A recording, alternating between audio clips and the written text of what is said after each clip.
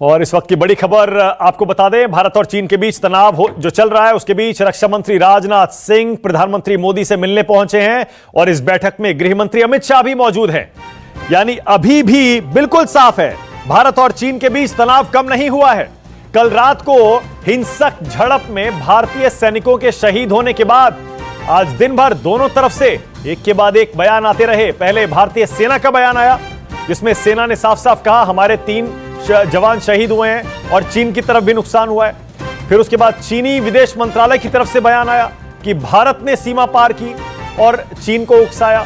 उसके बाद भारत के विदेश मंत्रालय का बयान शाम को आया जिसमें साफ साफ यह कहा गया है कि चीन ने सहमति जो बन गई थी तनाव कम करने की सीमा पर उसे तोड़ा और उसके बाद यथास्थिति को बदलने की कोशिश की, जिसकी वजह से यह हिंसक झड़प हुई है और दोनों तरफ नुकसान हुआ है। बड़ी खबर यह आ रही है कि भारत और चीन के तनाव को लेकर प्रधानमंत्री निवास पर एक बड़ी बैठक चल रही है और हम इसे बड़ी बैठक इसलिए कह रहे हैं क्योंकि इसमें गृह मंत्री अमित शाह, रक्षा मंत्री राजनाथ सिंह और विदेश मंत्री, वित्त मंत्री भी मौजूद हैं।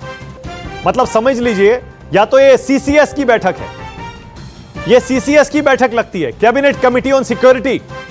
इसका मतलब जीवीएल नरसिम्हा, ऐसा लगता है कि आपकी सरकार ने, देश की सरकार ने अब कमर कस ली है कि किसी भी तरह से यहां से चीन को, ये जो झड़प हुई है, संघर्ष हुआ है, चीन को यहां से सबक सिखाकर ही भेजना है। जीवीएल जल्दी से कमेंट।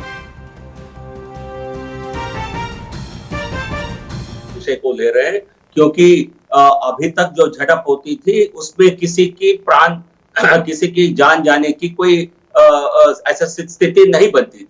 तो जो कल रात को जो हुआ बहुत ही आपत्तिजनक है। जो भारत और चीन के जनरल्स के बाद बात होने के बाद डिसएंगेजमेंट के लिए सब कुछ डिसीजन होने के बाद कल उन्होंने जो कोशिश किया था, बिल्कुल वो एक मिस एडवेंचर था। इसको कैसे आगे, इसको यदि ये स्थिति आगे बनेगी, किस प्रकार इनसे डील करना है और आगे ये स्थिति न बने उसके लिए डिप्लोमैटिक, इकोनॉमिक, पॉलिटिकल हर स्तर पर, सिक्योरिटी के स्तर पर क्या निर्णय, कैसे तैयारी होना चाहिए। बिल्कुल ठीक है। मैं मानता हूं ये सरकार पूरी तरह सिचुएशन पर सिचुएशन कंट्रोल में है। ओके, अमित कुमार जुड़ गए मेरे साथ। अमित कुमार मेरे सहयोगी और जानकारी के साथ जुड़ गए। अमित, इस बैठक के बारे में क्या खबर आ रही है?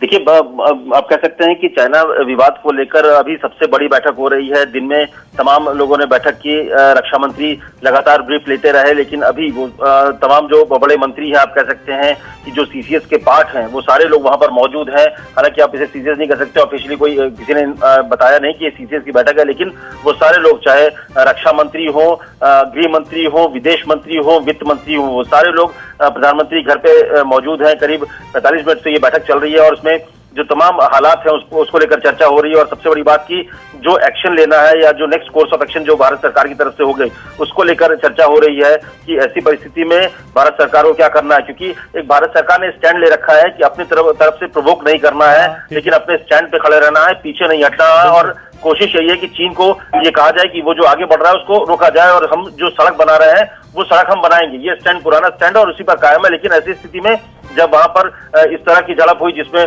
हमारे जवान शहीद हुए, कहा जा रहा है कि 4 से 5 चीन के जो सैनिक हैं वो भी मारे गए हैं और कैजुअल्टीज ज्यादा है। तो ऐसे में जो मौजूदा परिस्थिति है, सीमा विवाद को लेकर, जो चीन को लेकर जो विवाद है उसको लेकर एक बड़ी बैठक प्रधानमंत्री मोदी ले रहे हैं। जाहिर है, बिल्कुल ठीक है और संदेश बिल्कुल साफ है